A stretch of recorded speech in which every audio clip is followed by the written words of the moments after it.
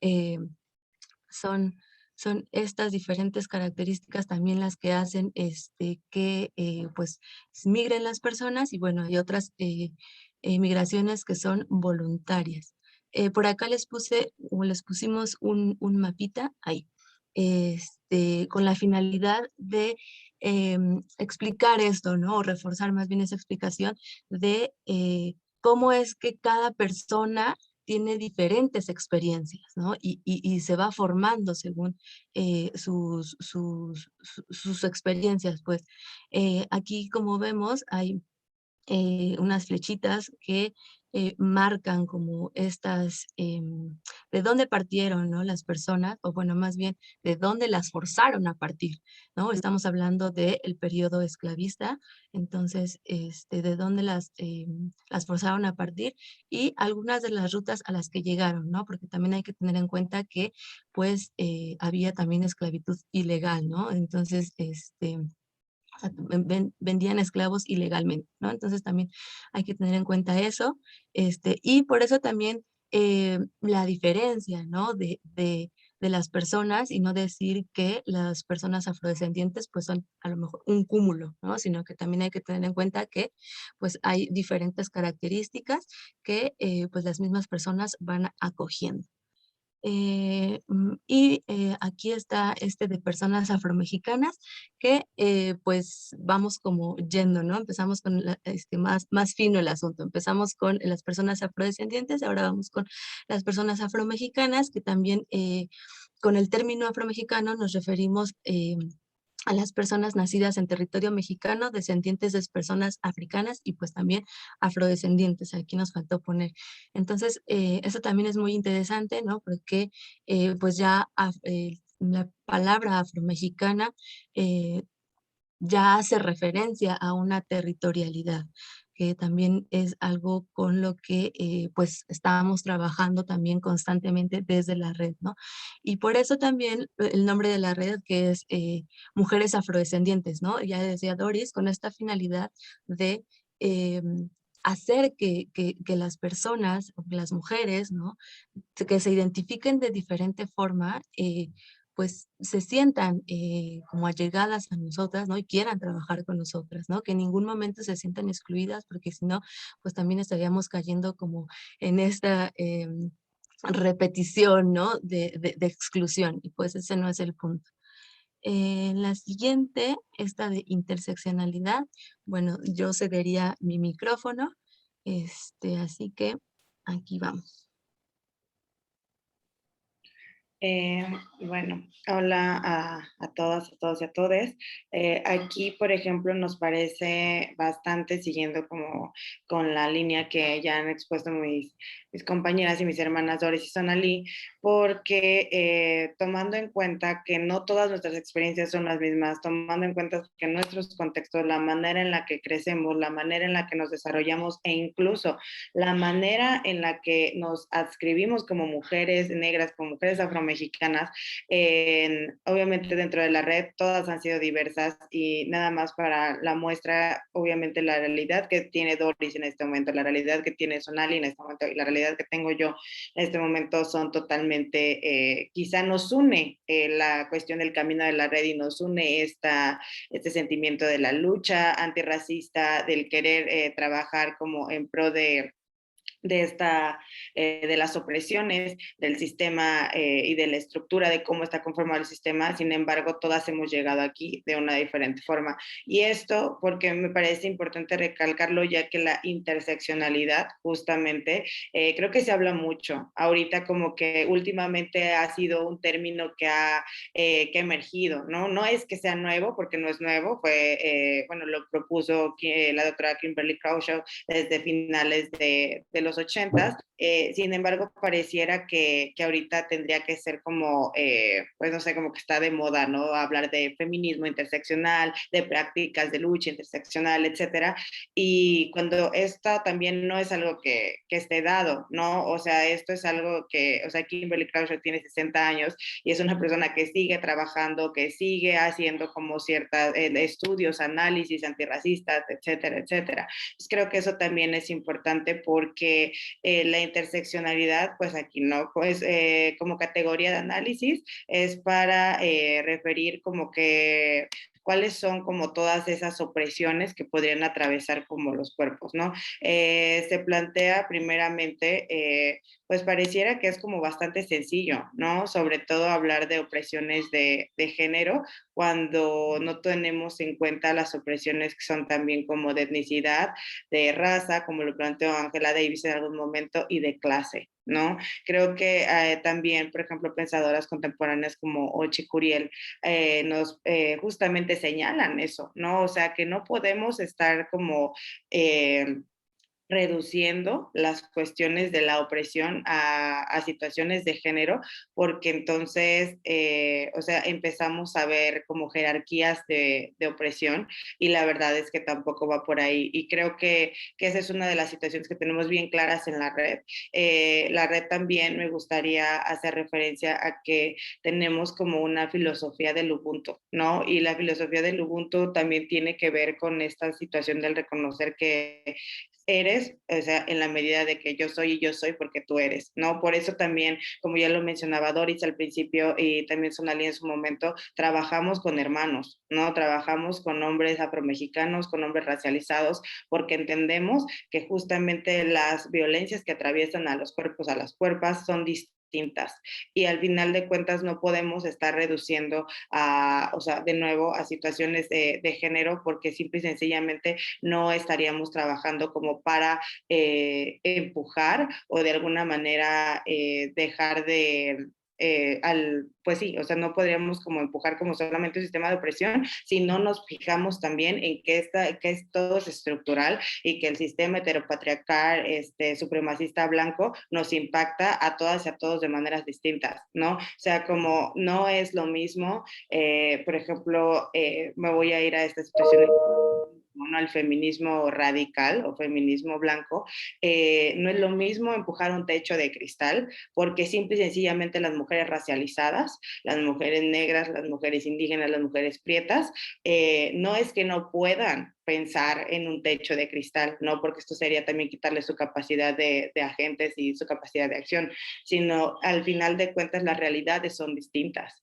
¿No? Y el nada más pensar en un feminismo que quiere empujar como un techo de cristal sería un feminismo que se quedaría corto, ¿no? Se quedaría corto en esta situación de las opresiones que estamos viviendo que nos atraviesan.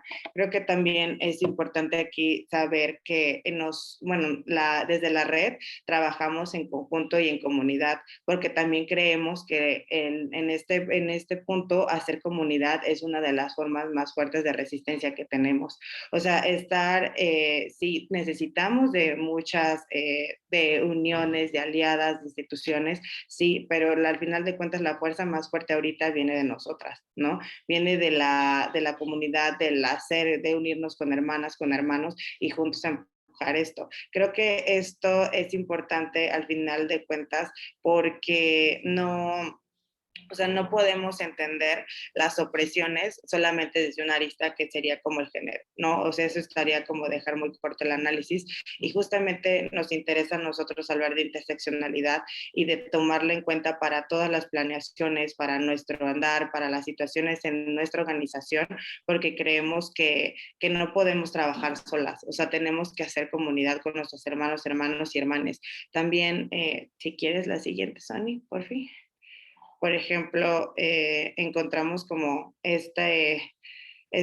como diagrama más ilustrativo justamente de cómo hay diferentes maneras en las que nos atraviesan las violencias a los diferentes cuerpos, ¿no? Al final de cuentas creemos también que no podemos pelear contra un sistema, o sea, contra el sistema de opresión si no entendemos que nos oprimen de manera distinta, ¿no? Al final de cuentas incluso las disidencias sexuales, o sea, no es lo mismo ser una persona disidente sexual con con un color de piel, con un nivel socioeconómico, etcétera, etcétera, que ser como una persona de la disidencia sexual y que además eres una persona negra, que además eres una persona indígena, que además vives en ciertos lugares, etcétera, etcétera, ¿no? Entonces, creo que desde nuestro quehacer tenemos en cuenta todas estas cosas porque no, o sea, no podemos otra vez dejar de lado como situaciones de racismo, ¿no? Al final de cuentas,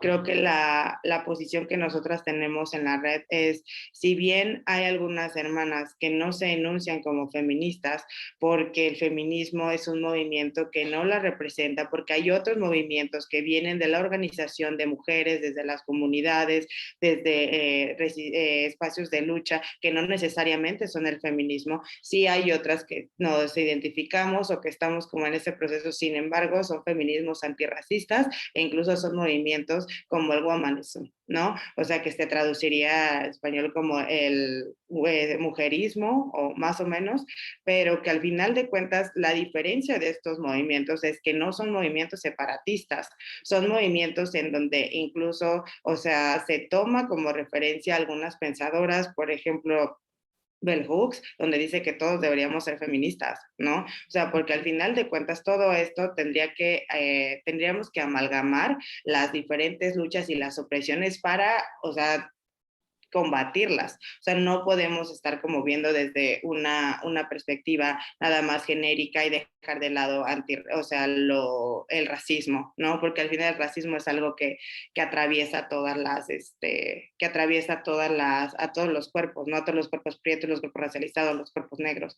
Entonces, creemos que justamente nuestro trabajo empieza desde ahí. Por eso, también en nuestros encuentros es importante mencionar que aunque sean los encuentros de la red de mujeres, nosotros trabajamos de la mano también a lo largo del año, hacemos encuentros con hermanos, con compañeros, pues sí, varones, ¿no? Varones heterosexuales, porque creemos que también es importante el mostrar su trabajo, porque creemos que es importante trabajar en comunidad, ¿no? O sea, hacer como esta comunidad, y es una de las razones por las cuales es una red, ¿no? Es una red de mujeres, porque al final lo que nos interesa es tejer y tejer como estos lazos con otros hermanos, con otras hermanas, con otras organizaciones, porque creemos en este punto que la organización comunitaria es una de las formas más potentes de resistencia que tenemos.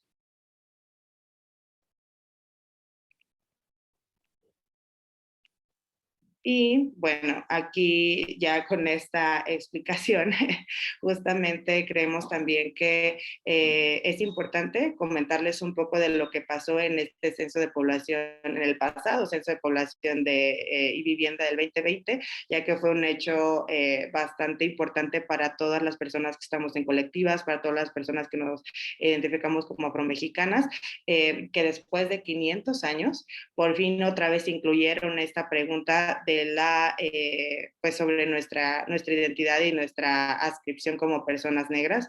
Entonces, aquí voy a ceder la palabra a mis compañeras para que nos cuenten también un poco más sobre todo este proceso. Sí, bien, bueno, fue muy importante, ¿no? Hablamos de que en el 2019 se logró la constitucionalización de los afromexicanos. ¿Y eso qué significa? Bueno, que finalmente, después de 500 años, tenemos un reconocimiento de que formamos parte de la nación mexicana, del Estado-Nación mexicano, de forma legal. Entonces, esa ha sido una pieza muy importante, pero todavía falta mucho trabajo. La otra pieza, precisamente, que nos va a ayudar mucho, pues, a levantar nuestra voz, a seguir luchando por los derechos de nuestra población, de nuestros pueblos, es el Censo 2020. Entonces, después de muchas problemáticas, y gracias al movimiento precisamente de las colectivas y los colectivos, y algunas personas que apoyaron, se logró que se incorporara la pregunta sobre la afrodescendencia, y en México por primera vez en lo que se refiere a la nación moderna, históricamente hablando. Y ahí se arrojó de que al menos 2.576.213 personas se autoidentificaron como afrodescendientes, ¿verdad? Y de aquí yo creo que se desprenden muchas cosas importantes. También sabemos que entonces en base a esta información el 20.4% de la población se identificó, del general de México, se identificó como negra, negro, afromexicano, perdón, afromexicana, afromexicana o afrodescendiente. Entonces, esto nos lleva a entender un poco cómo, si podemos pasar a la siguiente, Sony, cómo sucede esto en México, ¿no? Uno de los primeros mitos que se tiraron, que pudimos avalar y que ya teníamos mucho tiempo las comunidades diciendo esto, es que los afrodescendientes viven en cada uno de los estados del país. No solamente vivimos en zonas, ¿no? Territorialmente, obviamente reconocidas como son Veracruz o la Costa Chica de Guerrero y Oaxaca, sino que con el censo comprobamos, papelito en mano, que hay afrodescendientes en toda la República. Entonces, pues eso es importante porque yo creo que eso nos hace poder tener un respaldo a la hora de que se establecen, por ejemplo, las contribuciones de los, las y les afrodescendientes en México. Y esto es en diferentes direcciones. Podemos hablar de cuestiones económicas, culturales, políticas. Esa es la otra cuestión. Los afrodescendientes estamos en cada una de las actividades que se generan en México. Y parte del trabajo entonces de la red precisamente es pues visibilizar todo esto, visibilizar desde esta perspectiva de la Ciudad de México. Yo no sé, Sonali, si quieres agregar algo. Sí, sí, sí, no, y que además también es a partir de este censo y de este reconocimiento también, ¿no? Que entonces empezamos a trabajar en pro de los derechos humanos de las personas afrodescendientes y afromexicanas, ¿no? Y eso también es algo que tenemos muy claro en la red, ¿no? O sea, también, y no solo en el ámbito de mujeres, ¿no? Sino, ya lo decía Diana, hombres, mujeres, comunidad LGBTQ+, niños, niñas, ¿no? Es decir, como abrir este panorama, ¿no? Y entender que no solo somos un mundo adultocentrista, ¿no? Como se llega a nombrar en las ciencias sociales, sino también, pues, tener en cuenta que hay poblaciones o generaciones más bien que vienen atrás de nosotros, ¿no? Y esto también es muy importante en la red, esta comunicación intergeneracional que se ha presentado y a partir de la cual también empezamos a luchar por derechos de educación, ¿no? De libre desarrollo de la personalidad, también que es muy importante, derecho de la identidad, ¿no? Y cómo también pues van ligados todos estos derechos a las personas afromexicanas, ¿no? Acá les pusimos esta gráfica de barras, ¿no? Disgregando un poco más los datos que les presentamos en el mapa, ¿no? Y no sé si se alcanza a ver, creo que está muy clarito que aquí México presenta también no, espérenme, Ciudad de México, aquí está, presenta un amplio número de personas que se autoidentifican o autorreconocen como afromexicanas y afrodescendientes, ¿no? Que creo que también eso es lo importante de estar trabajando en este contexto, ¿no? Está dentro de las primeras 5 estados de la República que presentan un amplio número de personas y pues, de personas afrodescendientes y afromexicanas y creo que también pues eso nos impulsa a nosotras como red ir trabajando, ¿no? O sea, ir generando diferentes ¿no? Que nos vayan permitiendo desarrollarnos a nosotros también como personas y pues también ayudar a los demás a que se vayan pues autorreconociendo también. Ya vamos llegando al final de nuestra presentación y es hacia la creación de nuevas prácticas, que es esta parte de organización comunitaria y resistencia de lucha, que también es como una parte de la que forma parte nuestro título de ponencia. Y bueno, aquí pusimos eh, este cartel, ¿no? Que es del Afrocenso, que pues también, no sé si alguien lo quiera comentar, que es justo estas nuevas formas Sí. de Yo creo lucha. Ujú. que en parte quizás lo quedó al revés, pero era en el grupo de las anteriores. Pero básicamente la razón por la que lo pusimos era para enfatizar que en la Ciudad de México precisamente se ha congregado gran parte de esta población y la pregunta sería ¿por qué? Bueno, México, la Ciudad de México también fue un centro en el periodo colonial donde radicaron muchos de estos afrodescendientes que fueron obligados a migrar, ¿no? Y también México, en su calidad de la gran urbe, la Ciudad de México más bien, pues ha recibido y sigue recibiendo población afrodescendiente contemporánea. Y queríamos ponerlo aquí porque es parte de lo que nos atraviesa como red, ¿verdad? Y también para explicar que como red nosotros contribuimos mucho precisamente a que este censo tenga este impacto, porque la red trabajó, digo, a través de todas estas charlas y conversatorios y encuentros que hemos tenido, pues hemos logrado visibilizar a esta población y específicamente miembros de la red, como Cecilia y Let y otros más, y cada quien desde nuestras trincheras, ¿no? Porque cada una de nosotras, por ejemplo, como ya bien dijimos, conformamos parte de otros colectivos y también trabajamos desde esas trincheras, pero sabíamos que iba a haber un impacto general de ese trabajo, y el resultado, bueno, fue lo que ya hemos mencionado. Si la Ciudad de México está entre los lugares más importantes de población afrodescendiente, entonces parte del trabajo de la red es ayudarnos a entender cómo podemos navegar con esta identidad en esta gran ciudad. Es parte del reto. Y entonces, no sé si ustedes, chicas, quieren agregar algo más de lo que estamos haciendo ya en este momento.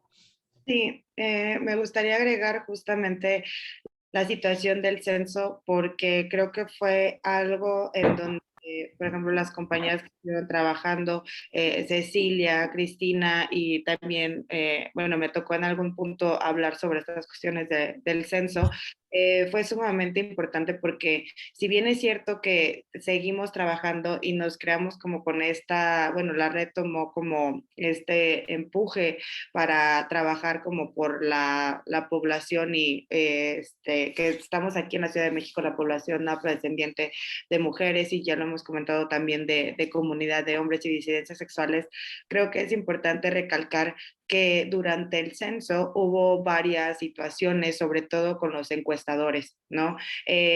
Situaciones que al final de cuentas dejaron muy claro que todavía hay mucho trabajo que hacer en cuanto a México como país racista y como una población racista que somos. Cuando se llegaban a hacer las encuestas, las personas o sea, las personas encuestadoras llegaron allá no a hacer las preguntas porque decían que las personas se ofendían, o sea, las personas se ofendían cuando se les preguntaba si se consideraban negros, negras, afrodescendientes o afromexicanas, ¿no? Entonces, y que por eso dejaron de hacer la pregunta. Entonces, muchas personas, mucha de la comunidad afrodescendiente, muchas de las personas que se reconocen y se inscriben en la Ciudad de México y en la zona metropolitana, o sea, por ejemplo, no preguntaron por la pregunta, no se las hicieron y entonces ahí hubo una omisión, ¿no? Una omisión en este conteo y al final de cuentas, cuando yo pregunté personalmente a una encuestadora, me dijo, es que nos han gritado, nos han dicho cosas, se han enojado con nosotros, la gente se ha puesto violenta porque les preguntamos si son negros, si son negras, son personas afrodescendientes. Entonces, eso para nosotros fue como, o sea, si lo procesamos,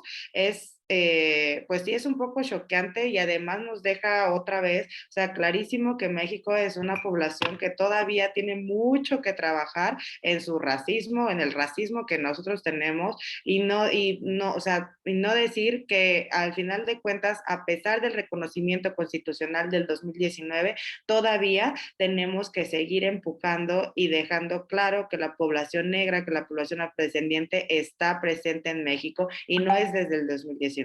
O sea, es desde hace muchísimo tiempo, desde hace 500 años, desde que fue la conquista de este territorio, ¿no? Que hoy es la República Mexicana. Y creo también que es importante recalcar que dentro de esta situación de los afrodescendientes, afromexicanos y personas negras, no podemos dejar de lado que hay poblaciones, específicamente en Veracruz, que la Costa Chica, que no necesariamente van a entrar como en una categorización de afromexicanidad, ¿no? Que también se reconocen como jarochos, que se reconocen como costeños, pero al final de cuentas también son personas o sea, que dentro de esta identidad son personas negras, no son personas afrodescendientes, que quizá pues no se autonombran así como afromexicano, que obviamente eso también, o afromexicanas o afromexicanes, que obviamente eso tiene como su complejidad y como ya explicó Doris y explicó Sonali, es importante en la situación de pues poner como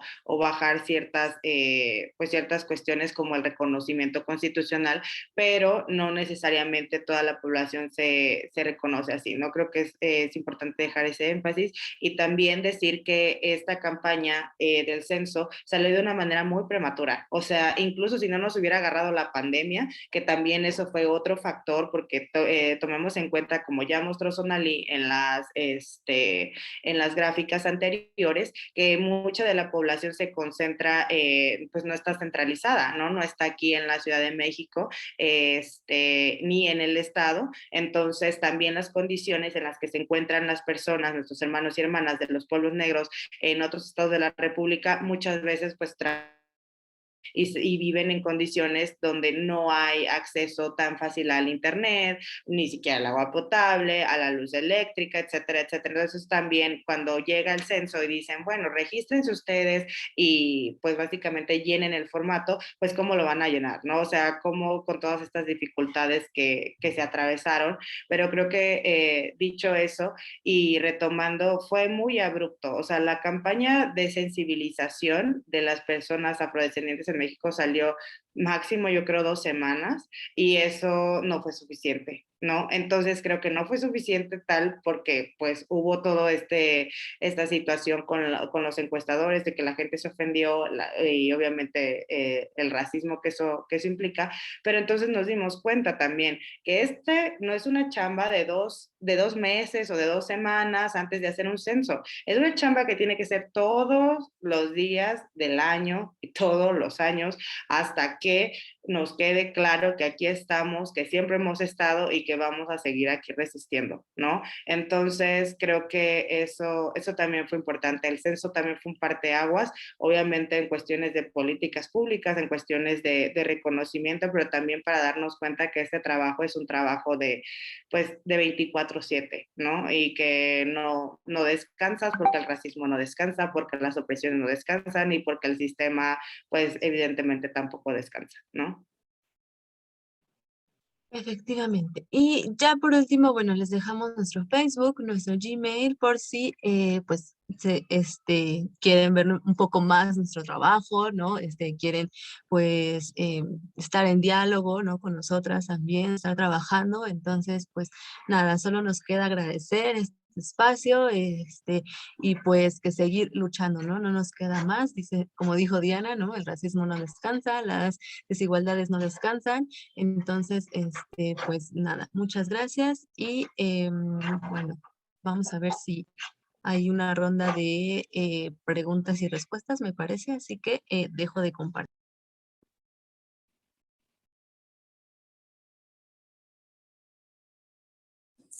Muchísimas gracias, Sonali, Diana y Doris. De verdad que, wow, yo creo que todos estamos así en este momento, todos los asistentes. Gracias por enseñarnos tanto. Yo creo que al momento de nosotras pensar armar el foro equidad de género, el incluirlas a esta, ya sabemos ahorita, esta población tan importante y tan grande, o sea, es necesario.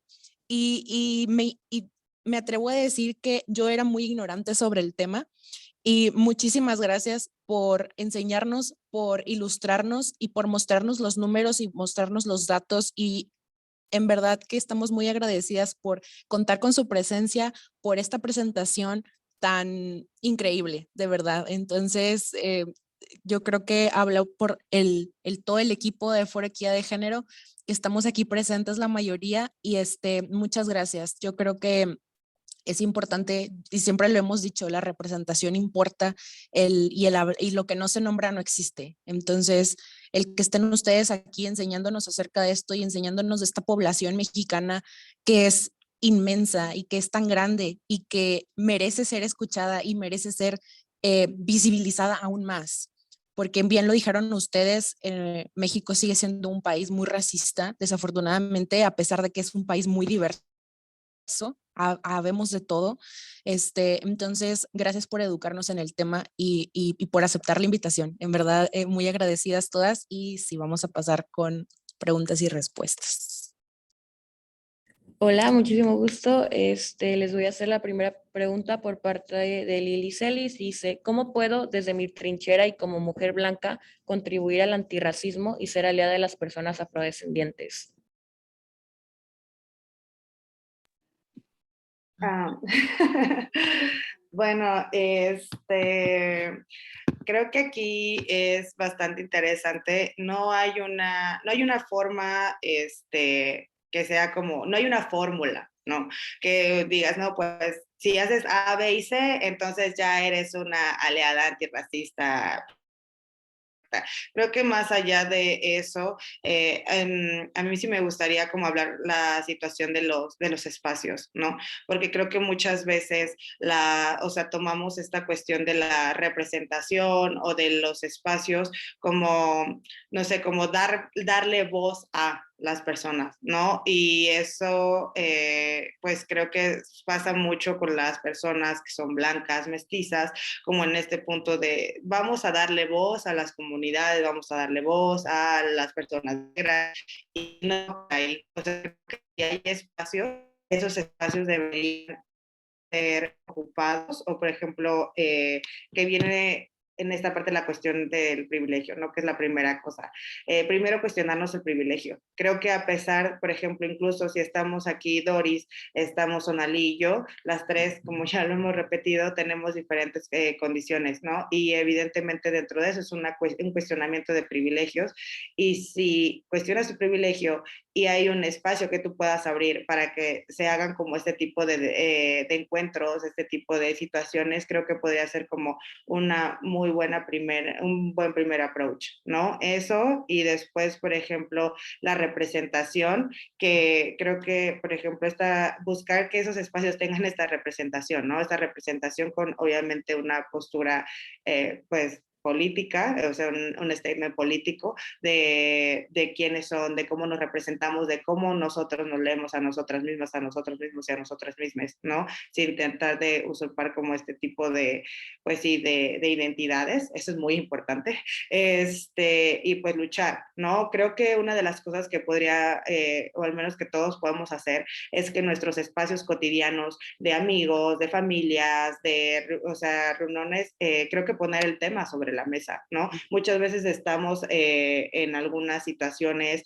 y escuchamos chistes, escuchamos comentarios, tenemos como conversaciones y nos da miedo, o sea, o preferimos más bien, si no nos da miedo, quedarnos calladas, callados y calladas, porque es más fácil. Porque en el momento en el que a ti no te atraviesa como una violencia, la zona de confort pues siempre va a ser quedarse callado y hacerse un lado. Sin embargo, el quedarse callado y el hacerse un lado también es una complicidad del sistema, ¿no? Entonces creo que ese tipo de cosas, o sea, señalarlas, ¿no? Sabes que en mis círculos eso es racista, eso es racismo, eso, o sea, al final de cuentas empezar a cuestionarnos nosotros mismas y nosotros mismos cuáles son los racismos que tenemos intrínsecos y todas estas situaciones que hemos aprendido porque el sistema también nos ha dicho que así está bien y a partir de ahí empezar a tumbarlos, ¿no? Y cuando hay espacios, pues abrirlos a las compañeras y los compañeros y no apropiarnos nosotros de ellos. Creo que sería eso. Wow, muchísimas gracias. Wow, creo que fue una muy buena respuesta. La verdad, como que sí tiene mucha razón. Y bueno, la siguiente pregunta es, ¿cómo consideran que es la representación en los medios de las mujeres negras y afro en México? Ya, creo que es muy compleja. Precisamente, yo creo que se empata una cosa con la otra, ¿no? Quisiera agregar un poco algo a la pregunta anterior y me sigo con la que acabas de hacer. Me parece que una de las maneras en México, por ejemplo, es precisamente preguntarnos, ¿no? ¿Qué es lo que se nos ha dicho que es México? y qué es lo que realmente es México, ¿no? Entonces, cuando hablamos, por ejemplo, de cuestiones discriminatorias y racistas, voy a usar el ejemplo que sucedió hace un par de años cuando Yalitza fue nominada al Oscar. Y cuántas cosas no vimos, ¿no? Vaya, me podría llevar horas señalando todo eso, pero a lo que quiero, algo en lo que me quiero detener es un comentario que me llamó mucho la atención en el Face, que decía que Yalitza no era mexicana, ¿no? Entonces mi pregunta era en ese momento, interesante, ¿quién escribió eso y quién es ese que sí se cree que es mexicano para descalificar a alguien, ¿no? Que conforma parte del territorio mexicano, que es mexicana, que es de un grupo originario, etcétera. Entonces, cuando hablábamos de interseccionalidad, precisamente esas son las cosas que nos atraviesan y que atraviesan, en este caso, al ejemplo de Yalitza, ¿no? Entonces, ¿cómo podemos contribuir haciendo reflexiones, preguntándonos a nosotros mismos, ¿es verdad lo que el Estado-Nación dice, que todos los mexicanos somos mestizos? ¿Y qué significa ser un mestizo en México? ¿No? Es decir, si fuéramos entonces coherentes con la definición, pues el mestizo tiene muchas caras. Aquí yo los estoy viendo a ustedes y todos somos mexicanos y nos veo a nosotras mismas autodefinidas como afromexicanas y cada una tenemos una proyección diferente, ¿no? Entonces, esa es la primera reflexión que tenemos que hacer. Si el Estado-Nación nos ha mentido en esa dirección, por favor, cuestionemos, somos seres pensantes. Yo a mis estudiantes les digo, ustedes no estamos aprendiendo juntos, porque yo aprendo mucho de ustedes también. Y ustedes son mis colegas, y ustedes todos aquí somos colegas. Somos gente pensante que si nos dicen, miren, es que esto es azul, tú vas a decir, ¿what? No, no es azul. Yo veo azul clarito, azul oscuro, azul violeta, azul, de todo, ¿no? Eso yo creo que sería la manera de comenzar una alianza, tener sensibilidad y salir en defensa, pues, y decir, vaya, estamos viviendo en una utopía, en una proyección identitaria falsa. Eso sería lo primero. La proyección de la mujer afrodescendiente en los medios masivos de comunicación es muy compleja, en general de los afromexicanos, y es algo también que debemos cambiar, ¿no? Es una desfortuna. Para empezar, si uno prende la televisión, yo siempre he pensado, suponte que eres alguien de Marte, llegas, prendes la tele, ves Televisa y dices, achis, México es un país europeo seguramente, porque toda la gente que sale ahí tiene esa proyección, ¿no?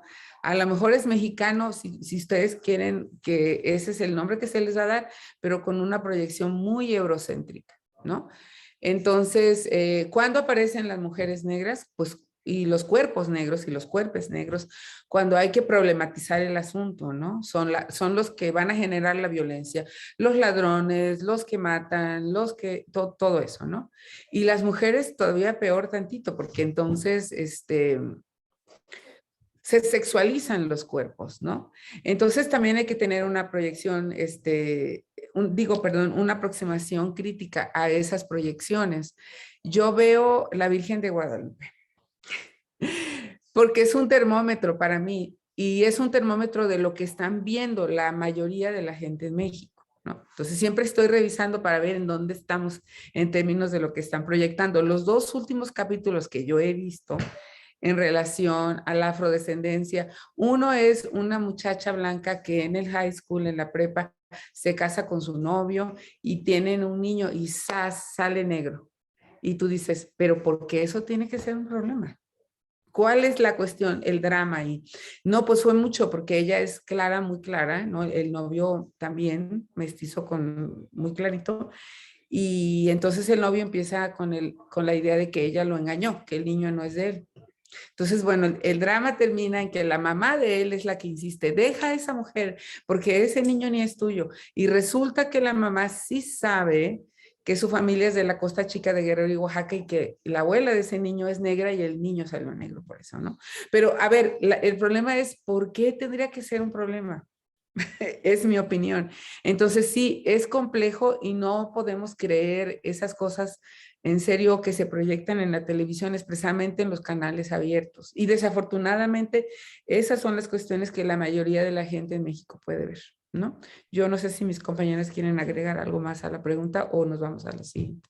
Solamente muy, muy rápido. Creo que, bueno, he trabajado como casi 8 años en medios de comunicación y en publicidad y todo eso. Y la verdad es que sé que la representación de personas negras, uno siempre es folclorizada y siempre se usa como para fines folclóricos de, ay, carnaval, festivales, felicidad, fiesta, etcétera. Entonces ahí sí es como, vamos a mandar al casting y traigan personas de tipo brasileño, de tipo cubano, porque, o sea, esa es otra, ¿no? La extranjerización. Las personas negras no son mexicanas, tienen que ser estadounidenses o tienen que ser brasileñas o cubanas o colombianas, pero no son mexicanas.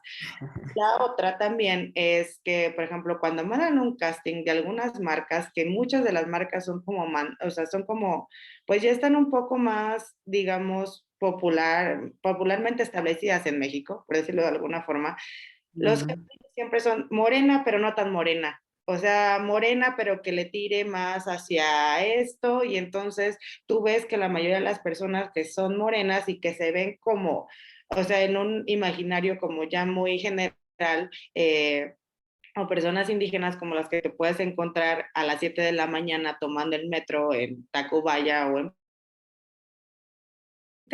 en anuncios de la Ciudad de México, en el gobierno, porque entonces ahí sí entra, ¿no? Esa es la persona que puede representar, pero pues si vas a vender food o no sé, perfumes o shampoo o otro tipo de cosas, ahí no puede entrar, porque entonces el mismo cliente, a pesar de que sabe que su marca no es consumida por cierto tipo de personas o cierto tipo de clases o los segmentos económicos que usamos como en publicidad, o sea, creo que al final siempre van a pedir gente que tienda más hacia lo blanco que hacia lo indígena o hacia lo negro, ¿no? Porque eso es lo malo. Entonces, por ejemplo, creo que ahí también está otro que hacer muy importante, ¿no? Dejar de folclorizar a la población negra en México, dejar de hipersexualizarla tanto hombres como mujeres.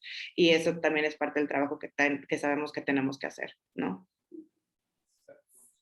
Muchísimas gracias por sus comentarios, Diana y Doris. Sony, no sé si hay algo que te gustaría agregar. No, o sea, creo que, bueno, nada más ya también, o sea, esta cuestión de que a veces también luego en los medios, o principalmente en las telenovelas, ¿no? Ya que sacaba Doris este tema, regularmente son gente pobre, ¿no? También. Entonces, como en ese sentido, o sea, es como tener muy presente como todas estas interseccionalidades, ¿no? Decía, las personas afromexicanas no son un cúmulo, ¿no? Y todas son lo mismo, sino, bueno, son de diferente forma y entonces, bueno, no todas son pobres, ¿no? O sea, eso tampoco no quiere decir que la pobreza no atraviese a las personas afromexicanas, porque por supuesto que atraviesa, es un problema de México, ¿no? Entonces, también hay que tener en cuenta como eso y pues nada, o sea, creo que principalmente en las mujeres, esto de también no representarlas, ¿no? Ni en la vida política, ni en la vida pública del país, ¿no? Entonces creo que también es algo muy importante y pues que justamente no se representa a las personas afromexicanas en los medios de comunicación. O sea, simplemente haces el ejercicio que hace Doris, ¿no? De prender la tele y ver los programas de la televisión abierta y efectivamente, ¿no? O sea, no hay personas, o sea, pareciera que no hay personas negras en México, ¿no? Entonces creo que sí, y es algo que tenemos que estar haciendo constantemente también como personas y creo que también va ligado mucho a esto de la primera pregunta de qué se puede hacer como aliado, pues también cuestionarse, ¿no? Todo el tiempo, estar como con estos focos prendidos, ¿no? Y estar como todo el tiempo, ver dónde sí, dónde no, y estar todo el tiempo bueno, en este trabajo de uno mismo, uno misma, pero también hacia nuestros grupos de socialización, ¿no? O sea, creo que también eso es algo muy importante. Muchísimas gracias, Sony. La siguiente pregunta es, ¿cuáles son algunos de los retos más grandes que han enfrentado como red? Interesante. La pandemia. Yo creo que en un primer momento a mí se me ocurría la pandemia, ¿no? Porque justo empezamos, o sea, fue hace 2 años efectivamente que empezó la red, ¿no? Entonces empezábamos como a integrarnos, a empezar a conocernos, ¿no? Porque pues también, obviamente, pues no nos conocíamos todas en un primer momento, ¿no? Sino nos fuimos conociendo como poco a poco y en diferentes espacios. Y cuando decidimos hacer la red, pues ¡pum!, se viene pandemia, ¿no? Y entonces es como, oh, ¿no? Entonces, porque fue como, ok, teníamos un montón de eventos, teníamos un montón de cosas planeadas, ¿no? Pero de forma presencial. Y fue como, ¿y ahora qué hacemos, no? Entonces fue como dar un paso hacia atrás, ¿no? Y volvernos a plantear el qué vamos a hacer, cómo lo vamos a hacer, ¿no? Entonces creo que también es algo muy importante, ¿no?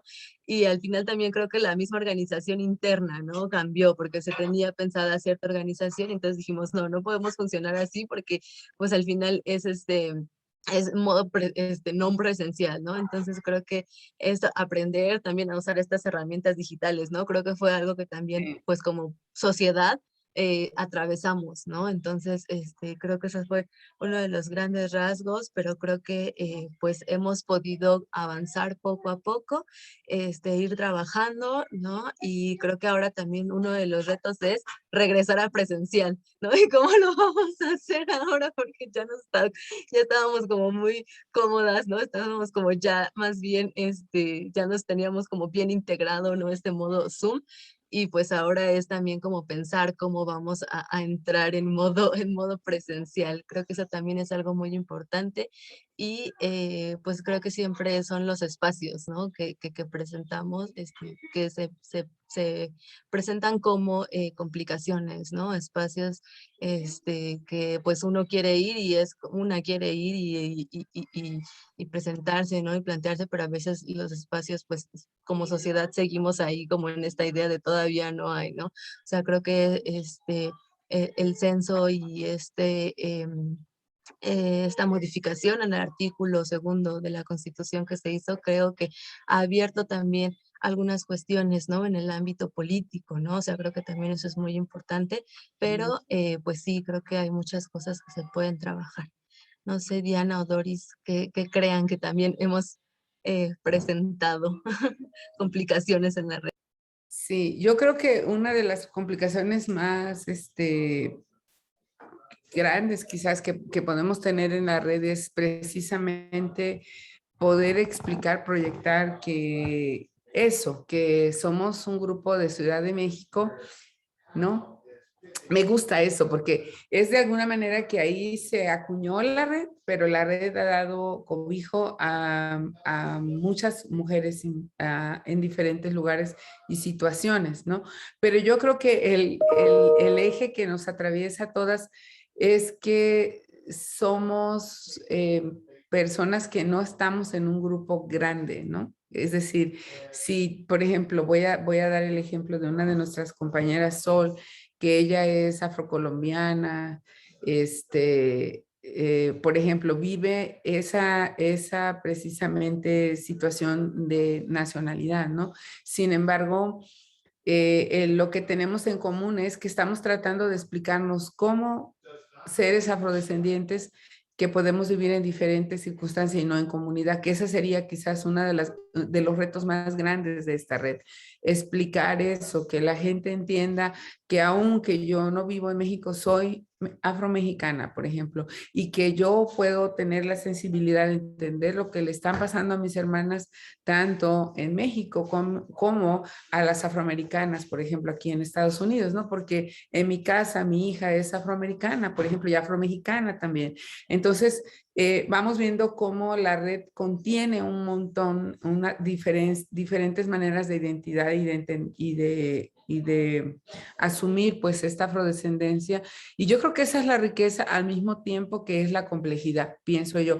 Y lo hemos hecho muy bien porque a través de todos estos encuentros hemos podido precisamente poner en la mesa estas discusiones, ¿no? En diferentes direcciones, en diferentes países. Otra cosa también creo yo, brevemente lo voy a decir, pues sí, es ahora que ya vamos a salir de la pandemia, pues la cuestión de los recursos. Nosotros siempre hemos navegado por la libre, ¿no?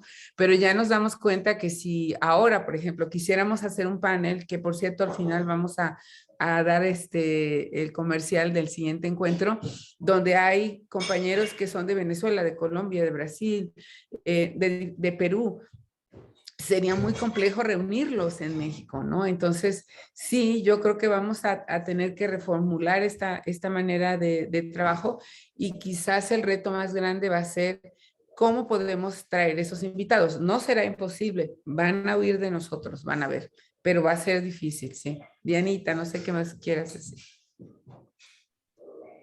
Pues no sé, creo que ya, bueno, solamente podría sumar uno de los retos o cada encuentro es un reto porque siempre buscamos que las personas, siempre buscamos que los temas pues vayan, o sea, si realmente representen esta, o sea, toda la, pues sí, todo lo que nosotras creemos, ¿no? Y esa naturaleza por la cual se fundó la red. Entonces creo que ese también ha sido uno de los temas porque hasta ahorita, y digo, creo que es una situación un poco palpable, si no, no estaríamos aquí, no nos habrían invitado, pues creemos que lo hemos hecho bien, ¿no? Y creemos que cada evento le hemos puesto muchísimo corazón, le hemos puesto muchísimo trabajo y muchísimo empeño para justamente poder dar a conocer el trabajo que están generando otros hermanos y otras hermanas, ¿no? Que creemos que también es súper importante y de todas las disciplinas, no solamente investigadores, sino también artistas, personas que se dedican a la música, personas que se dedican a la danza, porque creemos que justamente la representación, o sea, es entender que las personas afromexicanas estamos en todos lados y nos dedicamos a cosas distintas, ¿no? Entonces, creo que también esa es una de las cosas que siempre vamos buscando, ¿no? Y es un reto, por supuesto. Muchísimas gracias otra vez a las tres. Y nada más agregando un poquito, que nos pareció muy interesante ver, bueno, nosotras como estamos en Campus Monterrey, nos pareció muy interesante ver cómo Nuevo León está dentro del top 10 de países, o sea, y de los estados del norte es el que más población afrodescendiente tiene. O sea, es un dato muy interesante, se me hace muy interesante y más porque me atrevo a decir aquí, en frente de todos, que lamentablemente en Nuevo León se vive un racismo y una discriminación muy grande. Entonces, em, queda mucho trabajo por hacer y de nuevo les agradecemos bastante que se hayan tomado el tiempo de venirnos a enseñar y venirnos a educarnos en este tema que pues necesario, obligado, casi creo, ¿no? Entonces, muchísimas gracias a las tres. Y Aranza. Lamentablemente ya se nos acabó el tiempo para preguntas, pero quisiéramos agradecerle, como comentó Luisa, por toda su presentación y creo que nos abrieron mucho los ojos en lo personal. Siento que pues es una plática que es un poco pues cruda, si lo quieren decir así, porque pues sabemos que la realidad está ahí y a veces nos es difícil aceptarla porque es cuestionarnos a diario y cuestionarnos no es un trabajo fácil. Entonces, pues sí, muchísimas gracias. Creo que tanto yo como el foro estamos muy agradecidas por su participación y pues por habernos ilustrado con sus conocimientos en estos temas. Antes de irnos, no quiero perder la oportunidad de invitarlas que por favor nos sigan en la red. El tercer encuentro de la red va a ser el jueves 25 de noviembre y hoy, ¿sí estoy bien, chicas? Va a ser Viernes 26 y sábado 27, ¿verdad? Ajá. 27. Exacto. Y van a poder verlo en live en el Facebook.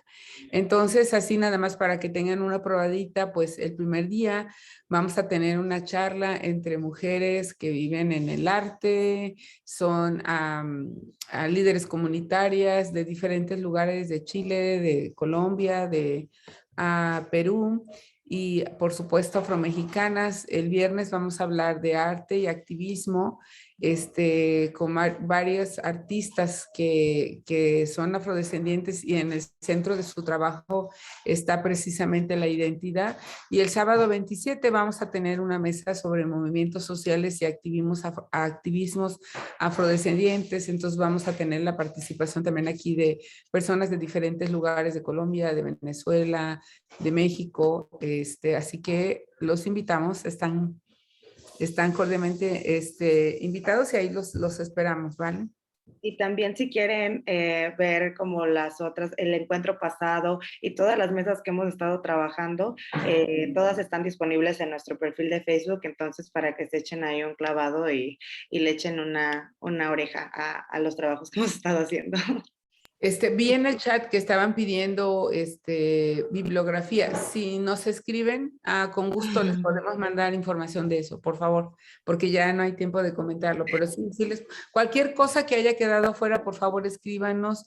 Ahí en el Face está, nos pueden hacer llegar las preguntas que sean necesarias y con gusto las vamos a contestar. Gracias. Muchas gracias por la conferencia. Gracias. Hasta luego. Gracias.